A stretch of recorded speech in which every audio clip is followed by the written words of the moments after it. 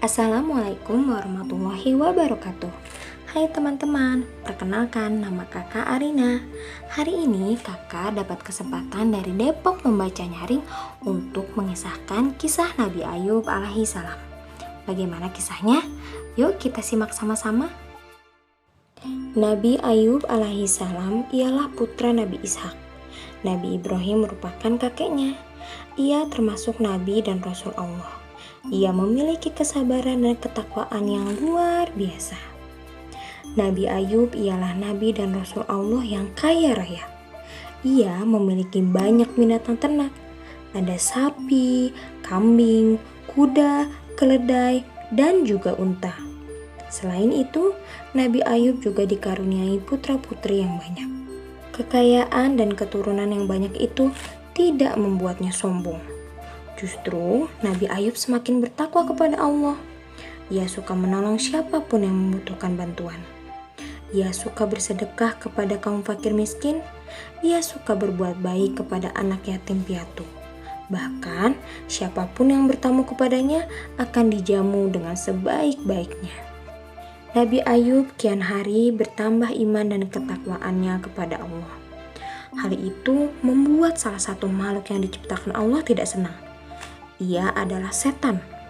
Setan yang sejak zaman Nabi Adam selalu menggoda keimanan, tidak suka dengan ketakwaan Nabi Ayub yang luar biasa itu. Setan terus melakukan berbagai cara untuk menggoyahkan iman Nabi Ayub.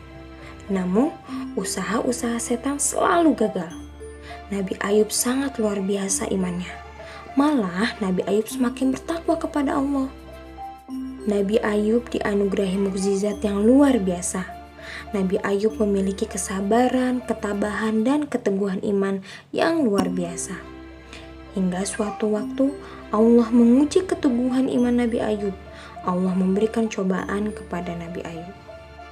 Pertama, Allah memberikan cobaan dari hal harta. Kekayaan Nabi Ayub yang berlimpah itu sedikit demi sedikit berkurang, menyusut hingga kekayaan habis tak tersisa. Nabi Ayub yang dulunya seorang kaya raya telah berubah menjadi seorang yang miskin. Namun, cobaan pertama itu tidak membuat keimanan Nabi Ayub kepada Allah goyah begitu saja. Nabi Ayub tetap teguh dengan keyakinannya kepada Allah. Nabi Ayub dengan tabah menerima dengan apa yang menimpanya. Ia berkata, "Harta benda merupakan karunia sementara dari Allah. Dari Allah lah harta itu berasal, Allah lah pemilik harta itu." Bagi Nabi Ayub, kehilangan harta bukanlah peristiwa yang luar biasa, karena hartanya itu pemberian dari Allah dan akan kembali kepada Allah. Kemudian Allah memberi cobaan yang kedua kepada Nabi Ayub. Cobaan yang kedua adalah kehilangan anak-anaknya.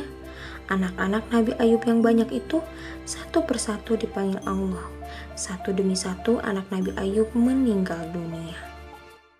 Nabi Ayub amat sedih. Anak-anak yang dicintainya telah meninggal. Namun, Nabi Ayub tetap tabah dan sabar menghadapi cobaan itu. Keimanan Nabi Ayub pun tetap tak tergoyahkan dengan cobaan kedua. Nabi Ayub berkata, "Anak-anakku adalah karunia dari Allah, maka kepadanya anak-anakku kembali." Betapa luar biasa kesabaran Nabi Ayub. Dua cobaan dari Allah telah diterima Nabi Ayub. Ia pun tetap tabah dan bertakwa kepada Allah. Setelah mendapat dua cobaan dari Allah, Nabi Ayub kembali diuji keimanannya. Allah memberi cobaan yang ketiga untuk Nabi Ayub. Kali ini, Allah memberinya cobaan berupa penyakit. Nabi Ayub menderita penyakit kulit yang luar biasa pedih. Selama 7 tahun, Nabi Ayub menderita penyakit kulit itu. Namun, selama menderita penyakit itu, keimanan Nabi Ayub tak juga goyah. Bahkan Nabi Ayub terus memohon ampun dan memuji Allah. Istri Nabi Ayub dengan sabar merawatnya. Sementara itu, setan seolah mendapat kesempatan untuk menggoda keimanan manusia. Karena Nabi Ayub sangat sulit untuk digoda, setan pun beralih mengganggu istri Nabi Ayub. Setan membujuk istri Nabi Ayub untuk menjauhi suaminya yang sedang tertimpa penyakit kulit itu. Kali ini usaha setan berhasil. Istri Nabi Ayub perlahan-lahan terbujuk oleh setan. Lama-kelamaan, istri Nabi Ayub tidak mau merawat suaminya itu. Nabi Ayub pun menyadari hal itu, sehingga ia pun berdoa kepada Allah. Allah lalu menjawab doa Nabi Ayub tersebut. Seperti yang tercantum dalam Al-Quran surat Shad ayat 42 dan 43. Allah berfirman, "Hantamkanlah kakimu, inilah air yang sejuk untuk mandi dan untuk minum. Dan kami anugerahi dia dengan mengumpulkannya kembali keluarganya dan kami tambahkan kepada mereka sebanyak mereka pula, sebagai rahmat dari kami, dan pelajaran bagi orang-orang yang mempunyai pikiran." Setelah itu, cobaan Nabi Ayub yang diberikan oleh Allah berakhir. Nabi Ayub kembali hidup dengan keluarganya dan memperoleh kembali anak-anak yang banyak. Nah, itulah kisah keistimewaan Nabi Ayub alaihissalam. Semoga kita semua mendapatkan manfaat dari mendengar kisah ini ya. Jangan lupa untuk ikuti kisah-kisah Nabi berikutnya. Assalamualaikum warahmatullahi wabarakatuh.